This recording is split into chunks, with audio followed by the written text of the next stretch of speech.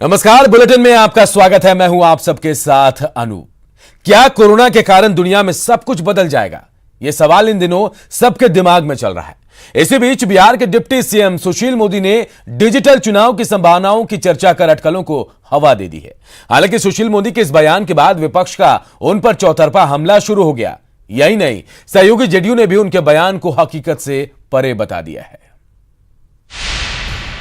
क्या कोरोना के बाद बदल जाएगी चुनावी प्रक्रिया? बदल जाएगा चुनाव प्रचार का तरीका? लद जाएंगे हेलीकॉप्टर और गाड़ियों के दिन? क्योंकि अब होंगे डिजिटल चुनाव। चौंकिएगा मत, ऐसा हम नहीं कह रहे। यह भविष्यवाणी बीजेपी नेता और बिहार के उप मुख्यमंत्री सुशील मोदी ने की है। सुशील मोदी का कहना है कि बिहार विधानसभा का चुनाव डिजिटल तरीके से होगा। देखिए, कोरोना संक्रमण की जो भी स्थिति हो, लेकिन एक तय है कि जो चुनाव होंगे वो पुराने तौर तरीके पर चुनाव नहीं हो सकते। तो यानी अगला चुनाव जब भी होगा वो डिजिटल चुनाव होगा, डिजिटल कैंपेन होगा। पुराने तौर तरीके एकदम बदल जाएंगे, नए तरीके का चुनाव होगा। सुशील मोदी का कहना है कि हो सकता है कि मतदाताओं को बूथ पर जाने की जरूरत ही ना पड़े। वो अपने घरों से ही आने वाले दिनों में ऑनलाइन वोटिंग कर पाए। सुशील मोदी की इस भविष्यवाणी से विपक्षी दलों के नेता इत्तेफाक नहीं रखते। यही नहीं, बीजेपी के सहयोगी जेडीयू के नेता केसी त्यागी का भी कहना है कि इस देश में ऐसा संभव नहीं। ये इस देश में संभव नहीं है। और बेसिकली मैं मानता हूँ ये अव्यवहारिक ही नहीं, अनडेमोक्रेटिक भी है। लिहाजा उसी ढर्रे पर चुनाव होने चाहिए जैसे पिछले 50, 60, 70 वर्षों में होते आ रहे हैं। अगर कोई डिजिटल चुनाव की अगर बात कर रहा है तो मुझे लगता है ये अव्यवहारिक तो है ही और समय से पहले दिया गया बयान है। क्योंकि अगर इस तरह की कोई भी बातें अगर देश में उठती है तो सबसे पहले आम सहमति बनाने की जैसे जरूरत पड़ेगी। सुशील मोदी जिस तरह से बयान दे रहे हैं उससे इतना तो स्पष्ट लगता है कि भारतीय जनता पार्टी कहीं न कहीं बिहार के चुनाव को लेकर कुछ जो उनका हेराफेरी का जो सिस्टम होता है वो उसका एक तरह से उन्होंने खुद ही रहस्योद्घाटन कर दिया।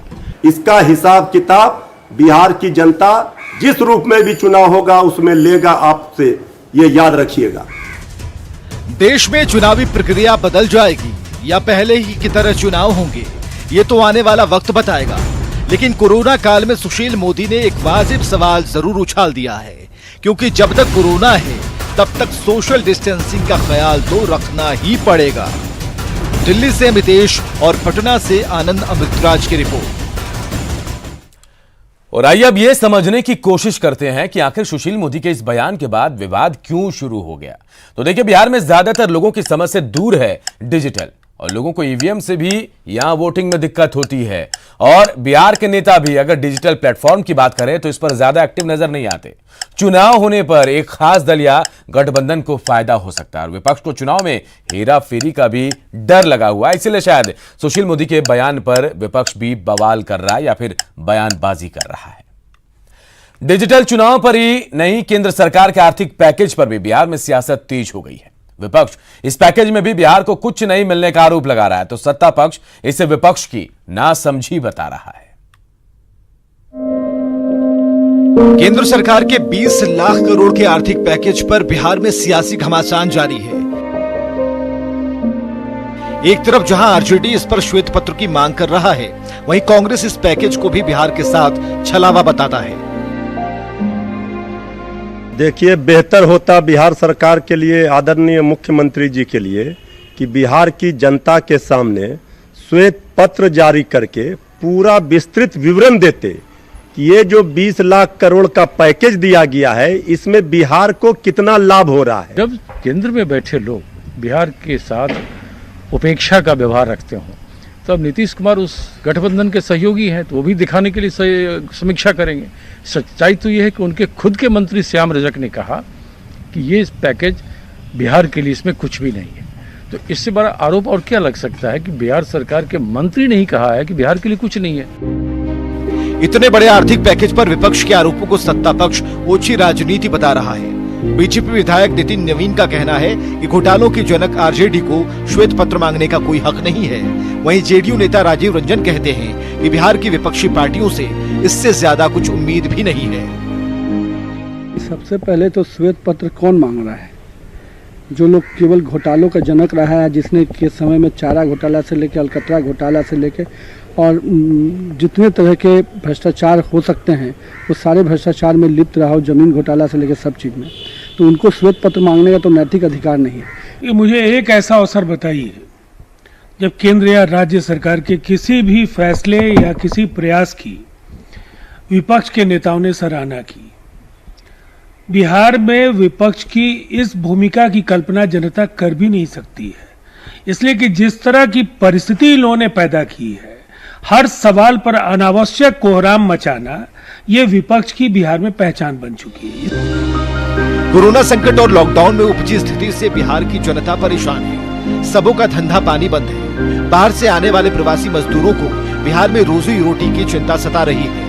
वे प्रदेश के हुक्मरानों से गुहार लगा रहे हैं, साहब हमें सियासत नहीं, रोटी और रोजगार चाहिए। लेकिन सियासत है कि मानती नहीं। पटना से न्यूज़ 18 के लिए अमित कुमार की रिपोर्ट। और देखिए, ये समझना भी बेहद जरूरी कि आखिर आर्थिक पैकेज पर यह विवाद क्यों हो रहा है। तो कोरोना काल में सियासत का मुद्दा तलाश रहा है विपक्ष, और केंद्र और बिहार पर एक साथ वार करने की कोशिश की जा रही है। कोरोना के बाद बिहार में बड़ी संख्या में प्रवासी मजदूर आए हैं और बिहार में पहले से उद्योग धंधे ना के बराबर हैं। ऐसे में बिहार का हक नहीं मिला तो बड़ी परेशानी होगी, और यही मुद्दा विपक्ष को मिल गया है। इस बीच कोरोना काल में बिहार में अधिकारियों का सबसे बड़ा तबादला हुआ। बिहार के स्वास्थ्य विभाग के प्रधान सचिव संजय कुमार का तबादला कर दिया गया है। उनकी जगह उदय सिंह कुमावत को स्वास्थ्य विभाग का प्रधान सचिव बनाया गया है। उदय सिंह कुमावत अभी तक पर्यटन विभाग के प्रधान सचिव थे। 1990 बैच के आईएएस अधिकारी संजय कुमार झारखंड से वापस बिहार आए थे, जिसके बाद उन्हें स्वास्थ्य विभाग का जिम्मा दिया गया। कोरोना संकट में संजय कुमार लगातार अपडेट और डाटा सोशल मीडिया पर शेयर कर रहे थे। हालांकि उनका तबादला क्यों किया गया, यह साफ नहीं हो पाया है।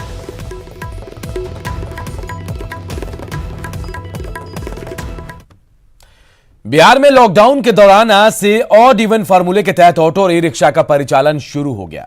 सभी जिलों में कंटेनमेंट जोन को छोड़कर ई रिक्शा और ऑटो का परिचालन किया जा रहा है। हमारी टीम आज सुबह से ही सड़कों पर है और आपको बता रही है कि इस नियम को लोग कितना मान रहे हैं। हालांकि पटना की सड़कों पर कुछ लोग नियम तोड़ते भी दिखे।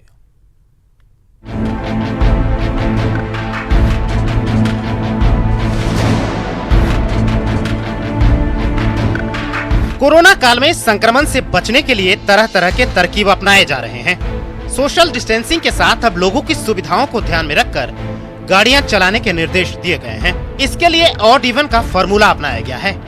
नए नियम के तहत सोमवार, बुधवार, शुक्रवार को ऑड नंबर की गाड़ियां चलेंगी, वहीं मंगलवार, गुरुवार, शनिवार और रविवार को इवन नंबर की गाड़ियां चलाने के निर्देश दिए गए हैं। पटना की सड़कों पर इस नियम के तहत गाड़ियां चल भी रही है। बुधवार को ऑड नंबर का दिन है, लेकिन सड़कों पर कुछ लोग नियम तोड़ते दिखे।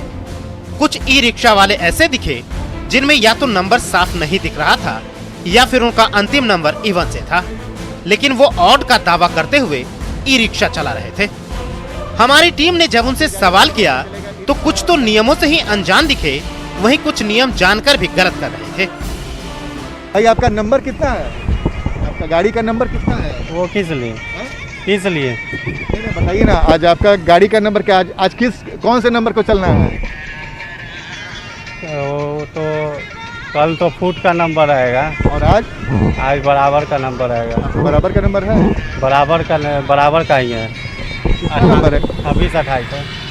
26-28 कितना हो गया? बराबर हो गया 26-28। आपके गाड़ी का नंबर कितना है? मेरा गाड़ी का नंबर पीछे लिखा होगा। पीछे लिखा। आपको नहीं जानकारी है? आज कौन से नंबर का गाड़ी निकलना है? 9 नंबर का। 9 नंबर। आज ऑड नंबर का निकलना है कि इवन नंबर का, कुछ पता है, जानकारी है आपको? ऑड नंबर का। तो आपका ऑड नंबर है? हाँ। दरअसल कई लोग ऑड इवन में कंफ्यूज हैं, तो बता देते हैं कि ऑड इवन रजिस्ट्रेशन संख्या के आधार पर तय होते हैं। अगर रजिस्ट्रेशन संख्या का अंतिम अंक 1, 3, 5, 7, 9 है तो ऑड नंबर है। अगर रजिस्ट्रेशन नंबर का अंतिम अंक 0, 2, 4, 6 और 8 है तो ये इवन नंबर है। नए निर्देशों के मुताबिक कहीं भी बाइक टैक्सी का परिचालन पूरी तरह प्रतिबंधित है। साथ ही ऑटो रिक्शा, ई रिक्शा में ड्राइवर के अलावे 2 लोगों को बैठने की अनुमति है। कोरोना से बचने और बचाने के लिए इन निर्देशों का पालन करना जरूरी है, क्योंकि नियम तोड़ने का मतलब है खुद भी आफत में फंसना और लोगों को भी फंसाना। आनंद अमृतराज, न्यूज 18, पटना। और आखिर क्यों प्रशासन को ऑड इवन का फॉर्मूला लागू करना पड़ा, ये भी जरा समझ लेते हैं। लॉकडाउन में लंबे समय तक आर्थिक गतिविधियों को रोकना संभव नहीं है। कोरोना के कारण सभी गाड़ियों को चलाने की इजाजत भी देना संभव नहीं है। ऑड इवन से सड़कों पर गाड़ियों की संख्या कम हो जाएगी और कम गाड़ियां चलेंगी तो संक्रमण का खतरा भी कम हो जाएगा। भविष्य में प्रदूषण पर रोक लगाने के लिए यह फॉर्मूला अपनाया जा सकता है और शायद यही सोचकर पटना में भी ये लागू किया गया, बिहार में लागू किया गया। सरकार के खाली खजाने को भरने के मकसद से आज प्रदेश भर में शराब की दुकानें खुल गई। हालांकि पहले दिन बाजार में बोतल की वो नाच देखने को नहीं मिली जिसकी सरकार ने उम्मीद रखी थी, लेकिन बिक्री को लेकर सरकारी भरोसा पक्का है।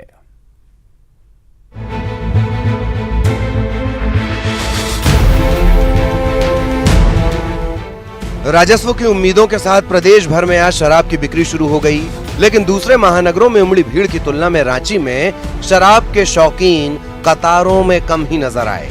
लेकिन जो दिखे वो सोशल डिस्टेंसिंग का उदाहरण पेश करते हुए एक अनुशासित शहरी के रूप में नजर आए।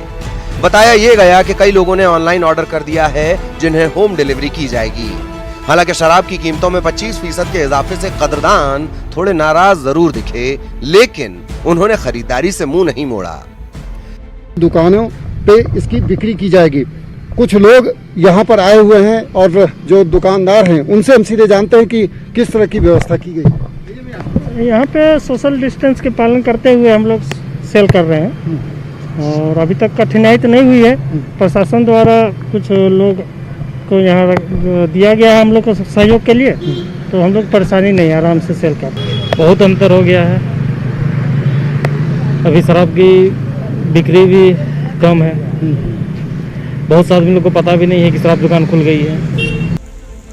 वहीं चक्रवातीय तूफान और बारिश के बावजूद जमशेदपुर में उमड़ी भीड़ ने सरकार की उम्मीदों को थोड़ा जरूर पूरा किया। शहर के साकची, कदमा और सोनारी जैसे इलाकों में बिक्री में तेजी दिखी, लेकिन सवाल जब सरकारी गाइडलाइन का आया तो जब आंखों के सामने इंतजार खत्म कर देने वाली बोतल हो तो सोशल डिस्टेंसिंग का पैमाना कहां छलकता है। बोकारो का हाल भी रांची से अलग नहीं था। यहाँ इक्का दुक्का पहुंचे लोगों ने पहले दिन ही सरकार का दिल तोड़ दिया। आलम यह था कि शराब देने वाले सर्विस स्टाफ की तुलना में ग्राहकों की संख्या आधी भी नहीं थी। ऊपर से पेट्रोलिंग गश्ती की नजर और निगरानी अलग से। सुबह 7 बजे से शाम के 7 बजे तक जो खुदरा रिटेलर हैं उनको बेचने का निर्देश प्राप्त हुआ है।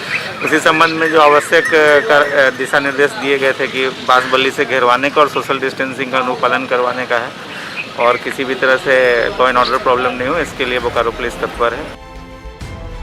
बताया जा रहा है कि प्रदेश के ग्रामीण इलाकों में शराब की बिक्री शहरों की तुलना में ज्यादा है और वैसे भी शहर के लोग जरूरी सामान की ऑनलाइन खरीद के अब अभ्यस्त हो चले हैं। लिहाजा सरकार ने प्रतिवर्ष 2400 करोड़ रुपए के राजस्व का लक्ष्य शराब से रखा है। जिस कोरोना ने पूरी दुनिया को होश में ला दिया, वहां अगर नशे से करोड़ों का राजस्व मिल रहा हो तो ये सरकारी सौदा बुरा नहीं है। जमशेदपुर से आशीष, बोकारो से ज्ञानेंदु, रांची से भुवन किशोर झा के साथ संजय सिन्हा की रिपोर्ट, न्यूज 18। और आइए अब समझने की कोशिश करते हैं कि आखिर क्यों झारखंड सरकार ने शराब की बिक्री का फैसला लिया। शराब से सरकार को अधिक राजस्व मिलता है। सालाना 2400 करोड़ की राजस्व प्राप्ति का अनुमान है।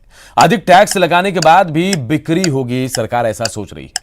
टैक्स लगाकर बिक्री के आरोप से बच जाएगी सरकार और राज्य में शराब पर 75% वैट लगाया गया है और राजस्व बढ़े, ये सोचकर शराब की बिक्री का फैसला सरकार ने लिया।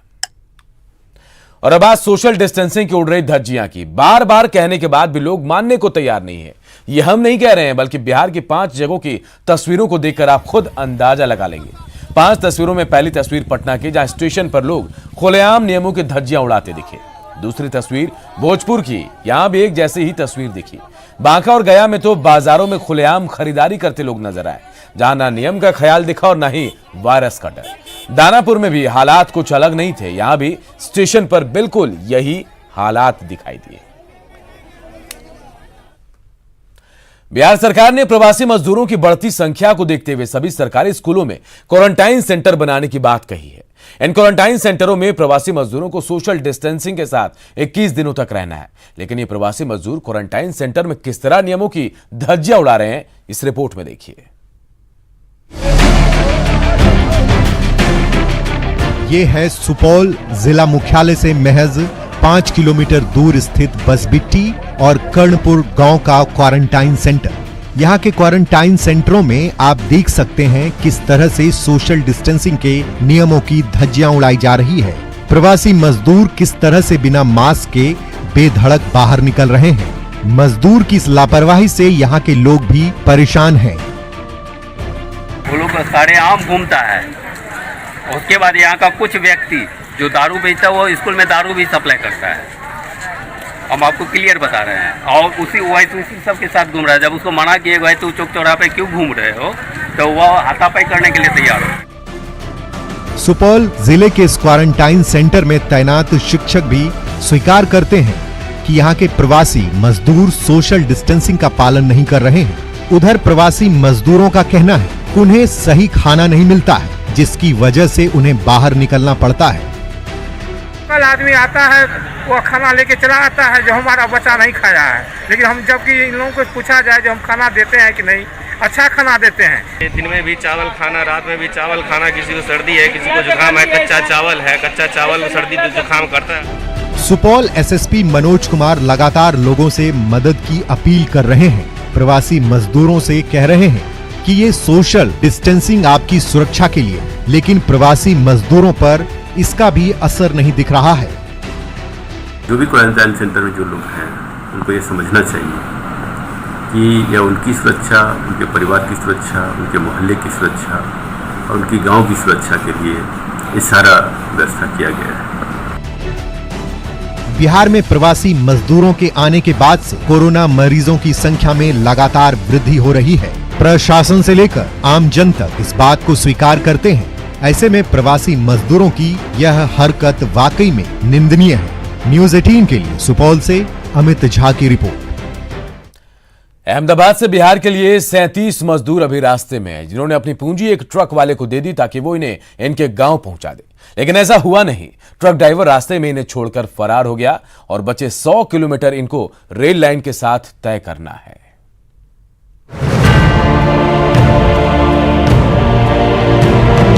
कौन कहता है पटरी पर जिंदगी नहीं लौट रही? लौट ही तो रही है, कभी पटरी के किनारे तो कभी पटरियों के ऊपर से। लाचारी है जिसने इनके पांव को लोहे का बना दिया है।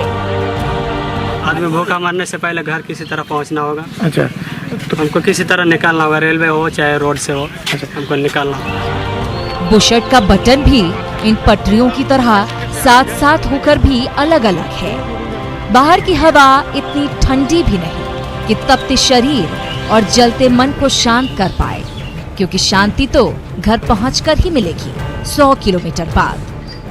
हर आदमी को 10,000 करके आदमी का लगा है। अच्छा, तो क्यों पैदल फिर चलना पड़ा? पैदल चलना पड़ा इसीलिए कि राउतड़ा पुलिस ने हम लोग को वापसी कर दिया। हाँ। भाई जहाँ से आए वहाँ तक चले जाओ। हाँ। फिर हम लोग बस वाला को वापसी कर दिया, वहाँ से पैदल आना पड़ा। लेकिन सब कुछ गंवाकर पैदल क्यों चलना पड़ा, ये भी जान लीजिए। अहमदाबाद की कमाई ट्रक वाले ने ले ली, जो बीच रास्ते इन 37 मजदूरों को छोड़कर भाग निकला। नतीजा, सिर पर सवार कपड़ों की गांठ भी बोझ लग रही है। न्यूज़ 18 के लिए कटिहार से सुब्रत गुहा की रिपोर्ट। क्वारंटीन सेंटर में मारधाड़, हंगामे, यहां तक कि नशेबाजी की तस्वीरें भी आपने देख ली। लेकिन अब आप ये तस्वीर देखिए, समझ में आएगा कि बवाल खड़ा करने से किसी समस्या का समाधान नहीं होता, लेकिन सोच अगर सकारात्मक रखेंगे तो परेशानी आधी जरूर हो जाएगी।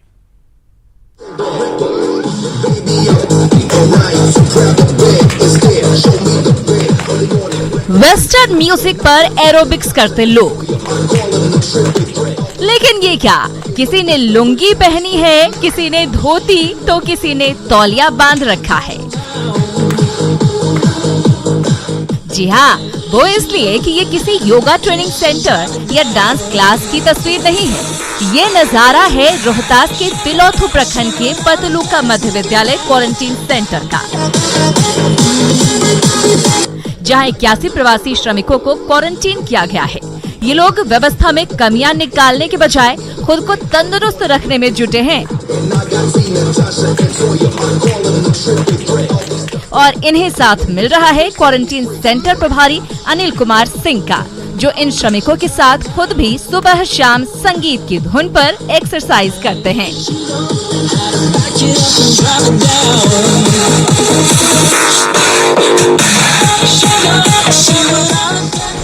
इतना ही नहीं, एक्सरसाइज करने के बाद ये श्रमिक पिछले 2.5 महीने से बंद पड़े विद्यालय को चमकाने में जुट जाते हैं। यहाँ पर खाना पीने के लिए कोई चीज की दिक्कत नहीं है। यहाँ पर हम लोग का 14 दिन का क्वारंटीन था, मन भी लग गया है। यहाँ पर सुबह सुबह योगा होता है और हम लोग को दूध भी मिलता है यहाँ पर। ये लोग जितने भी मजदूर हैं, ये लोग कहते हैं कि सरकार जब हमें फ्री में खाना खिलाती है तो हम लोग का भी उत्तरदायित्व होता है कि हम लोग भी इस देश के लिए कुछ करें। और ये लोग जो है खेतीबाड़ी के रूप में ये सब्जी लगाते हैं, पूरा खेत कोड़ते हैं। अब जरा ये तस्वीरें देखिए, इसे देखकर आपको सर्कस वाली फीलिंग आएगी। ये है मुंगेर के संग्रामपुर प्रखंड के रैन मौजमा का क्वारंटीन सेंटर, जहां दूसरे राज्यों से आए कामगारों को 14 दिनों के लिए क्वारंटीन किया गया है। वक्त बोझिल ना हो इसके लिए ये लोग अलग अलग तरह की एक्टिविटी के जरिए एक दूसरे का मनोरंजन कर रहे हैं। ये तस्वीरें उन लोगों के मुंह पर तमाचा है जो बेवजह का बखेड़ा खड़ा करते हैं। न्यूज़ 18 के लिए सासाराम से अजीत कुमार के साथ मुंगेर से अरुण कुमार शर्मा की रिपोर्ट। और इस बुलेटिन में फिलहाल इतना ही, लेकिन खबरें लगातार जारी है। देखते रहिए न्यूज़ 18 बिहार झारखंड।